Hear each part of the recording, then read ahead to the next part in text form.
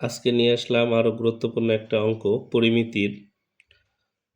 একটি সমবাহু ত্রিভুজের প্রত্যেকটি বাহুর দৈর্ঘ্য 4 মিটার বাড়ালে ক্ষেত্রফল 7√3 বর্গমিটার বেড়ে যায়। 2. একটি লোহার পাইপের ভিতরের ও বাহিরের ব্যাস যথাক্রমে 14 সেন্টিমিটার ও 16 সেন্টিমিটার এবং পাইপের উচ্চতা 4 মিটার। অঙ্কটি দেওয়া আছে ক নম্বরে একটি ঘনকের সম্পূর্ণ পৃষ্ঠের ক্ষেত্রফল 24 বর্গমিটার, এর পৃষ্ঠের কর্ণের দৈর্ঘ্য নির্ণয় করো। খতে বলছে সমবাহু ত্রিভুজের ক্ষেত্রফল নির্ণয় করো। গতে বলছে 1 ঘন সেন্টিমিটার লোহার ওজন 7.2 গ্রাম হলে পাইপের লোহার ওজন নির্ণয় করো। আসো এবার অঙ্কটি আমরা সমাধান করি। ক নাম্বার, আমরা জানি ঘনকের ধারের দৈর্ঘ্য a একক হলে সম্পূর্ণ পৃষ্ঠের ক্ষেত্রফল 6a² বর্গ একক। তা আমাদের দেওয়া আছে ঘনকের সম্পূর্ণ পৃষ্ঠের ক্ষেত্রফল 24 বর্গ মিটার। তা আমরা জানি যে সম্পূর্ণ পৃষ্ঠের ক্ষেত্রফল 6a বর্গ মিটার। তাহলে প্রশ্ন মতে 6a² সমান 24 বা 24। তাহলে a² সমান 24 ভাগ 6, তাহলে a² সমান 4। তাহলে a² উঠালে এই পাশে 4 এর রুট করলে 2। তাহলে ঘনকের পৃষ্ঠের কর্ণের দৈর্ঘ্যের সূত্র হচ্ছে a√2। তাহলে এর মান হচ্ছে 2 আর √2 মিটার। এটি উত্তর। এবার খ নম্বর শুরুতে মনে করি সমবাহু ত্রিভুজের প্রত্যেক বাহুর দৈর্ঘ্য a মিটার। তাহলে ত্রিভুজটির ক্ষেত্রফল √3/4a² বর্গমিটার, এটা আমরা জানি। ত্রিভুজটির প্রত্যেক বাহুর দৈর্ঘ্য 4 মিটার বাড়ালে ত্রিভুজটির ক্ষেত্রফল, যেহেতু প্রত্যেক বাহুর দৈর্ঘ্য 4 মিটার বাড়ছে তার মানে এর সাথে 4, তাহলে √3/4a + 4 হোল স্কোয়ার বর্গমিটার। তো অঙ্কে বলা ছিল যে ক্ষেত্রফল 7√3 মিটার বৃদ্ধি পাইছে। তাহলে আমাদের এই ক্ষেত্রফল থেকে আমরা সূত্রের যে ক্ষেত্রফলটা এটা বিয়োগ করব। √3/4a + 4 whole square minus √3/4a² সমান 7√3। এখন দেখো √3/4 কমন নিছি। √3/4 কমন নিলে এখানে কি থাকে, a + 4 whole square minus a² সমান 7√3।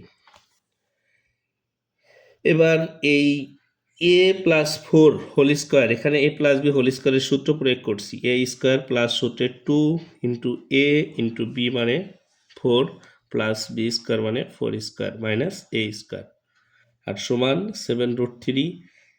বাম পাশে ছিল √3/4, এটা ডান পাশে মানে ভাগ আকারে হয়, তো আমরা একবারে গুণ করে দিছি। গুণ করলে এটা উল্টে যায়, অর্থাৎ লব হর হইল, হর লব হইল। উপরে 4 গেল, নিচে √3 কাটা। এখানে a² plus a² minus a² কাটা, বাকি থাকে 4 দুগুণে 8 প্লাস হচ্ছে 4 4 16 সমান 4 7 28। এরপর 8 এর সমান 28 থেকে 16 বিয়োগ করলে 12। তাহলে এই রাখলাম, তাহলে 8টা নিচে চলে আসলো। 12 8 দিয়ে ভাগ করলে এর মান পাইলাম 1.5। তাহলে 1.5 পেলাম। তাহলে সমবাহু ত্রিভুজটির ক্ষেত্রফল, কি হবে, √3/4 ইন্টু এর মান এ হচ্ছে 1.5² বর্গমিটার। তো এটারে ক্যালকুলেশন করলে 0.974 বর্গমিটার প্রায়। এবার গ নম্বর অঙ্কটায় প্রথমে আমাদের দেওয়া আছে পাইপের বাইরের ব্যাস দেওয়া আছে 16 সেন্টিমিটার। তো এটা আমরা বাইরের ব্যাসার্ধকে r1 দ্বারা প্রকাশ করলাম। 16/2 সমান 8 সেন্টিমিটার। পাইপের ভিতরের ব্যাস 14 সেন্টিমিটার, তাহলে ব্যাসার্ধ 14/2 7 সেন্টিমিটার। পাইপের উচ্চতা দেওয়া আছে h সমান 4 মিটার, মিটারকে সেন্টিমিটার বানালে 100 দিয়ে গুণ করলাম, 400 সেন্টিমিটার। এবার লোহার আয়তন নির্ণয়ের সূত্র হচ্ছে πr1² h। এই 1টা হচ্ছে বাইরের ব্যাস থেকে ভিতরের ব্যাস বিয়োগ করব, এজন্য বাইরের আয়তন থেকে ভিতরের আয়তনটা বিয়োগ হইল πr² h minus πr² h, মানে r এর মান 1 আর একবার 2। এখন দুইটা থেকে পাই এইচ কমন নিছি, তাহলে এখানে R1 square minus R2 square, তাহলে পায়ের মান 3.1416 গুণ এইচের মান 400 আর R1 এর মান 8 স্কোয়ার R2 এর মান 7 স্কোয়ার।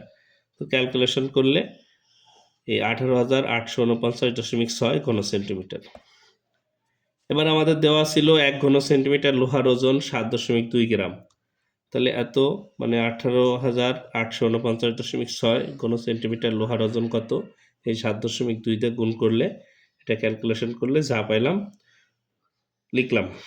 এরপরে এটাকে গ্রাম আছে, আমরা কিলোগ্রামে প্রকাশ করলে 1000 দিয়ে ভাগ করবো, 1000 দিয়ে ভাগ করলে পাইলাম 135.717 কিলোগ্রাম। ধন্যবাদ, অঙ্কটি খুবই গুরুত্বপূর্ণ।